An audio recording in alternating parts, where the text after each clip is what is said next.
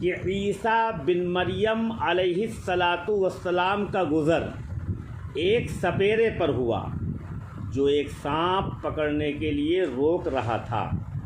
तो सांप ने हज़रत ईसा से कहा, ए रूहुल्लाह, इससे कह दीजिए कि अगर ये मुझसे बाज न रहा तो मैं उस पर ऐसी सख्त ज़र्ब लगाऊंगा कि उनके परखच्चे उड़ा दूंगा। हज़रत ईसा अलैहिस्सलाम गुज़र गए।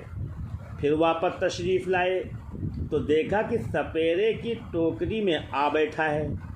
तो सांप से ईसा अलैहिस्सलातु वस्सलाम ने कहा, क्या तू ऐसा और ऐसा नहीं कह रहा था इस सपेरे के बारे में, और अब तू उसी सपेरे के टोकरे में बैठ गया है, अब तू कैसे इसके साथ हो गया? तो उसने कहा, ए रूहुल्लाह, इसने मुझसे हल्फ कर लिया है कि इतने दिनों बाद मैं तुझे रिहा कर दूंगा। तो अगर उसने मेरे साथ गद्दारी बदअहदी की तो इस गद्दारी का जहर उसको मेरे जहर से भी ज़्यादा नुकसान देने वाला